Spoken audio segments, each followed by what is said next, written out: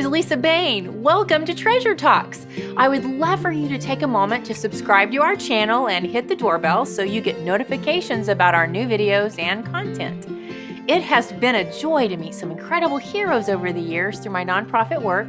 Our community is filled with heroes who have such incredible and miraculous stories.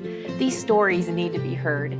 These heroes have found treasure in the darkest days of their lives, and they are using it to help others and bring hope to those in our community.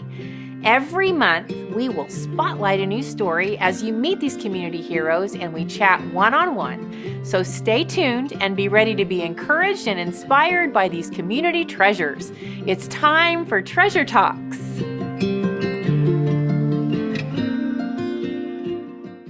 Hey everybody, welcome to another episode of Treasure Talks. I'm so excited that you're here with me, and I'm even more excited about my guest today, who is truly one of my inner circle people that just, every episode I think of a word that describes my guest, and yours is faith. You have just inspired my faith. And this is Toni Fowler. Many of you know Toni. And I want to tell you a little bit about Toni. She is married to the amazing David Fowler, who you will hear about.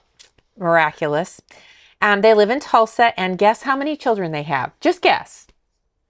10. They have 10 children, of the most beautiful children I have ever seen. 7 boys and 3 girls.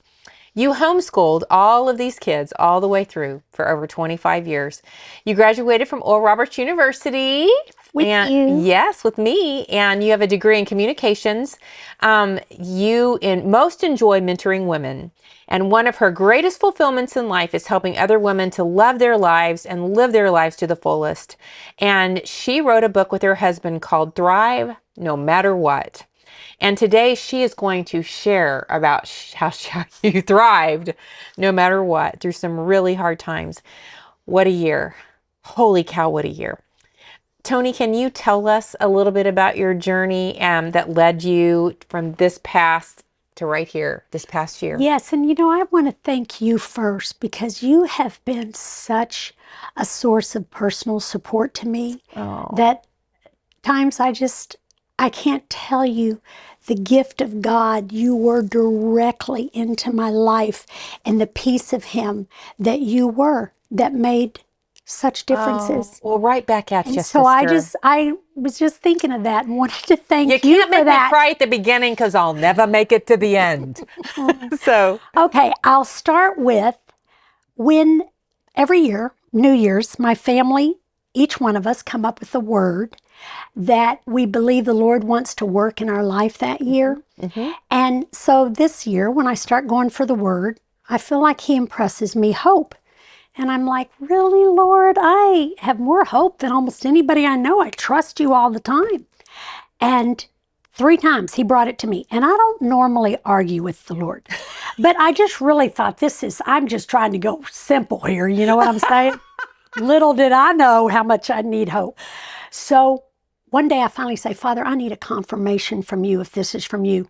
And within an hour, I go into my closet and I pull out an old purse I'm going through, and I pull out this little rock, and it has hope engraved on it. I said, okay, it's my year. I'm hoping in you no matter what. Wow. I'm going to tell you too, years ago, the Lord said to me, just clearly, so clear but random out of nowhere. He said, even as it takes a couple a lifetime to become one, and I'd never even heard that before. He said, I spend my children's lifetimes teaching them to trust me. Every day you look at whatever happens are you going to choose to trust me? Are you going to grow in trust? Well, that changed my whole life, And instead of seeing everything that comes at us as a threat, it's an opportunity to trust. And how walking with the Lord, so many times I'm like, boy, have I hit it. I know how to trust. Oh, yeah, well, what about this? Yeah. Same the way He's always teaching me love on the daily basis, new areas to love and trust. So February 23rd, my husband goes in for an open heart surgery. He had a golf ball-sized tumor in his heart.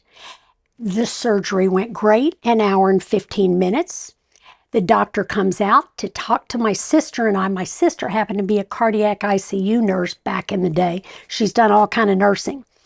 And while he was talking to us, excuse me, she heard a code blue on the floor. He just told us where we were going to be going. And, that means someone just died. And she knew it was my husband. And sure enough, they race him up there and put him into surgery. Oh, I didn't tell you why the code blue. Why the code blue? Within 8 minutes in recovery, they tie their hands down, block them down to secure them because they wake up with a ventilator in their throat they don't know about, and they kind of freak out. Well, my husband majorly freaked out. He tried to jerk up in the bed. His aorta burst. He lost 2 liters of blood in the first minute, and he lost almost all of his blood. They wheeled him back into another open heart surgery that day, and 2.5 hours later, the doctor comes in and he says, well, the surgery went as well as it could. He was without blood to any organs for 20 minutes. He died for 20 minutes. I don't know if he's going to wake up. I don't know. It's going to be a hit and miss every day, watching to see what organs still work or don't. Well, I said, you know what? He's going to be fine. Believed it with all my heart. But when he walked out, my sweet sister and I held each other and bawled. And I'm telling you that because that was the release of my tears through the whole process. I don't know that I ever cried again because I was so supernaturally carried. 6 weeks in a coma. He had to have 49 units of blood and plasma replaced. He had 6 strokes that mainly affected his vision and his swallowing. So when he came home from the hospital after 12 weeks, he had a tube in his tummy, and that just came out in the last few weeks. And in Toni, middle of October. I remember going up there to see David, and I knew that it was my goodbye.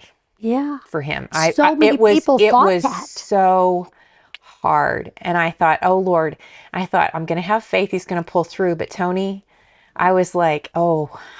That's the way every doctor and nurse was. That's the way everybody in my life was. Every night I would go home getting the best night's sleep ever. Mm-hmm. I'm serious. I don't sleep without David. And from night one, I slept supernaturally well. I would wake up, spend my hours with the Lord in the morning, and put my house together, and I'd go back and be with him 6 to 8 hours every day, the whole 12 weeks except one. And every night I go home, they'd be like, we can't believe you're going home and not going to spend the night here tonight. We don't know if he's going to make it till the morning. And I said, oh yeah, he will.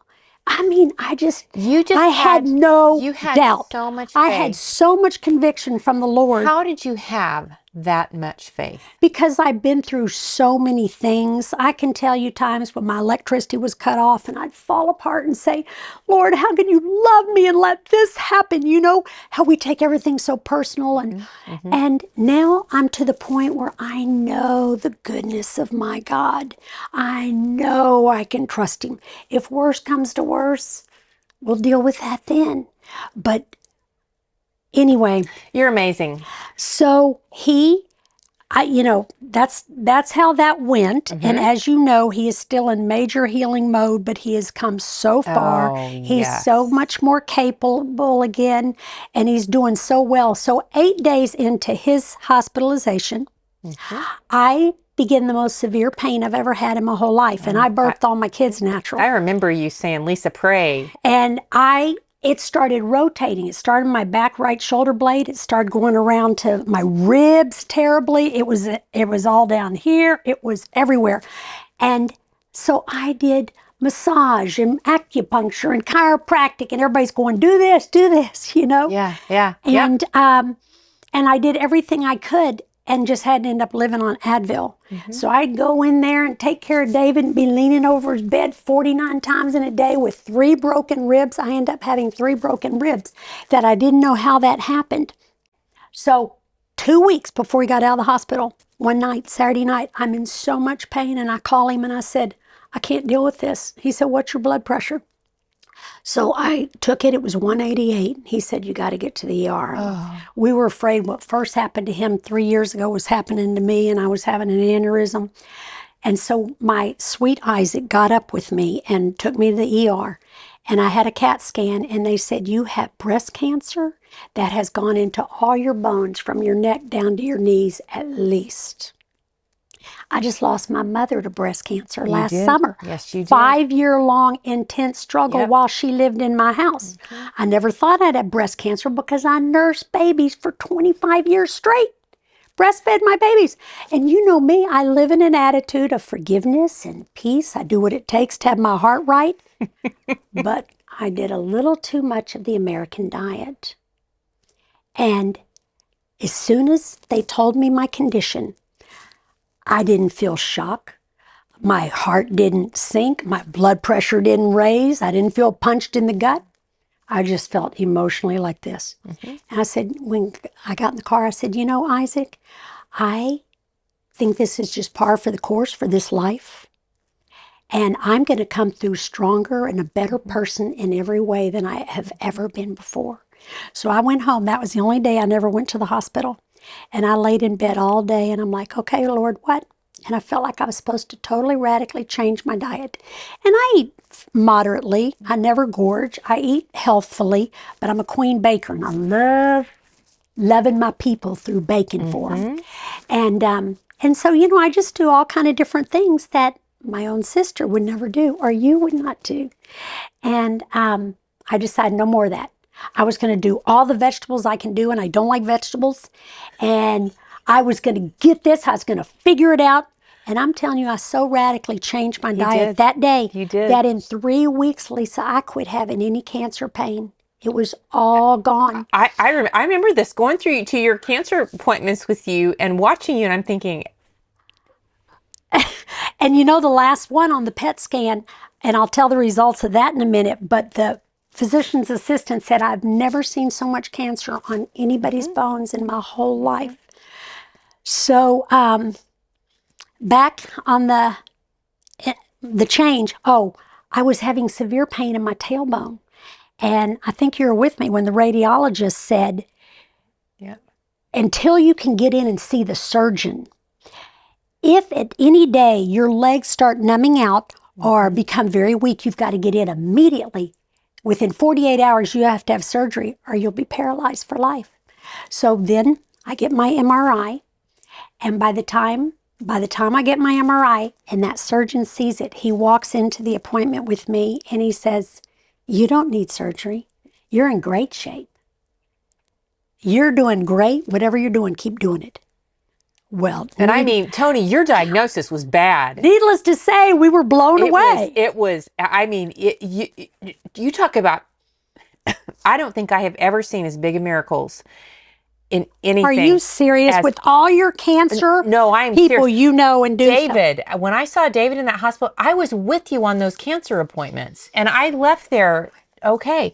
Your faith never wavered. I didn't. You ministered to me. I had no room for that. You ministered to me so profoundly in you're facing, and I'm thinking, oh, Lord, you taught me so much through this journey. Well, that reminds me. Let me tell you this before I forget this.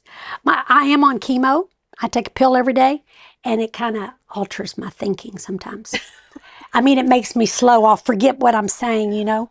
So faith and doubt are the same force in the world. Over here you have faith, hope, and trust. Here you have fear and doubt. And they both release the same kind of power in the world. So when you ask me how I could be the way I was this year, I learned a long time ago.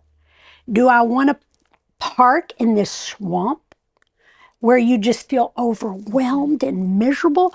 Or do I want to park here all the time? Well, that was a no-brainer for me by this point in my life. And have you ever felt like you didn't want to park there? Yes, but I'm going to be honest with you, because of that lesson early enough in my life, I can honestly tell you through all I've been through, and I've been through a lot, I've never felt depressed for 2 hours of my life. It's because I've learned to run to the Father.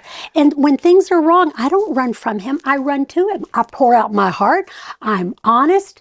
I say everything I need to say. My husband taught me how to say it with respect, because I used to cuss and yell at God. And He's like, no, He's always worthy of our respect. So I can say anything in anger and share with him anything I feel, but I don't direct it at him so much, and I'm respectful of him. But I say what I need to say, and I do this all day, every single day. And then I be still, and I know my God. You be still.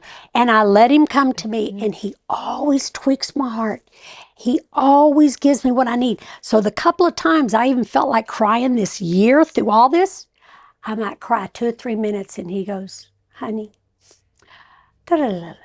And I mean, it like changed everything. Okay, so what do you tell someone as we start to kind of wind up? What do you tell someone who wants to park, who is so paralyzed with all of the anguish that hasn't walked through maybe what you've walked through? Yeah. What do you tell someone to encourage them who want to park in that dark space? Do you love the darkness? Do you love that space? In the smallest way, it can almost feel juicy to you, but let yourself go there for moments. Go where you need to go. I'm about facing everything we need to face, but then choose to park in the light where our Father lives. Hold his hand, let him hold you and give you what you need to go on in the most genuine ways. So that's... How was community? Did you need community? Oh, for goodness sakes. My mother, through her whole cancer journey, kept saying, I'm not like you, Toni. I'm really private. I'm really private. No, don't put anything on Facebook. No, no, no. Well, I'm the opposite. And I have drawn massive strength by honestly sharing on the daily with my Facebook world and my closest friends. You know authentic people. You where found your authentic people. Man, have I got my army I've had for 40 years. That's right. I'm best friends with the same 6 people for 40 plus years. Yep. And you can't beat that, right? No. So I've got this handful of people in my life, and then I've got 5,000, on Facebook. And I would put out there, and everybody would always say, we want to know honestly how to pray. I got that all the time. So I would be so honest.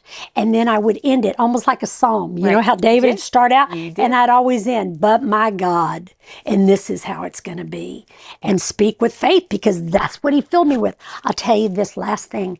I have never felt overwhelmed with sadness through this whole year. It's never been like, oh, this is too much. But I'm telling you, I don't go an hour without consciously feeling overwhelmed by the goodness of God, the grace of God, his peace, his joy. He's just overwhelmed my life through it. We were talking about grace. I said, I made the comment, I feel like I'm falling apart, but I'm held together by grace. It's true. There's those days that I know. literally we all are have held them. together by God's grace. Okay, Way more than we know. Oh boy, I want to end on this book over here. You guys need to get the book. Her whole family's on the book. We wrote this book, and it came out right before COVID. And so we never got to launch properly. We were even going to speak at 4 different homeschooling events where we would have spoken to like 40,000 people and have the chance to sell it. We will put the link up on this Treasure Talk, so you'll be able to go and find it. This book was all out before we went through any of this, but it gives you more foundation for how we made it through we did. Okay, as we close, what is one nugget that you would leave as we are embarking on 2023? What's the one thing that you would share to someone that's facing some really tough stuff right now? What would you end with to encourage that person? Be so honest with yourself and the people that matter most and your God. And then he says, be still and know him. And if you will give him the chance, be quiet after you dump your heart. Be quiet and be still and turn your heart to him and just say, Father, what? What difference can you make in this moment? You will be blown away with how he'll change everything. Does sometimes that voice of the Lord, with it, people are like, what's the voice of the Lord? Do you sometimes find it's that just knowing? Oh, absolutely. It's that deep knowing. Someone said, well, do you hear God just say, Lisa, it is such a precious presence that you know he is there. Oh, and he and I, that's how we work. We've gotten where there's very few words between us. And I just absorb. I just try and spend time every day absorbing him. Yeah. And he gives me what I need. I would love for you to close in prayer and pray for those that are viewing that just need some hope, or they're tempted to park in the darkness. Yeah. Lord Jesus, we thank you for the difference you make in our lives wherever we give you the chance. Whenever we give you the chance, you love to show up in all your glory and show us just that. So, Lord, I ask you, every one of us, every day of our lives, are going through so much stuff now. There's just so much stuff. And Lord, may we bring every single thing to you that concerns us, because you say you perfect all that concerns us. So, Lord, may we be your daughters and your children who run to you and allow you to make the differences you want. That doesn't mean not being honest. It means being real honest. And Father, we thank you. We thank you for the true and genuine difference you'll make in every area of our lives, wherever we let you in. We love you and we need you so much. We cannot do this life, we cannot do this world without you. So thank you for your intimate presence. In your holy name we pray. Amen. And so be it. Oh my goodness. I could talk to this precious angel all day. I will leave a link on how you can reach out to Toni if you have any questions. She is just an angel, and their story is just, she inspires me every day of my life. So thank you for joining us, and thank you, my friend. I love you so much. You for all you are to me. And I'm excited for you guys to go to lisabain.com. You can view more episodes, and please subscribe to our YouTube channel. Just ding the little bell. And thanks for joining us. And we will see you next time on Treasure Talks.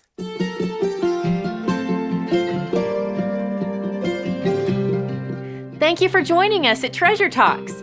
And don't forget to subscribe to our YouTube channel so you can stay up to date with the latest videos.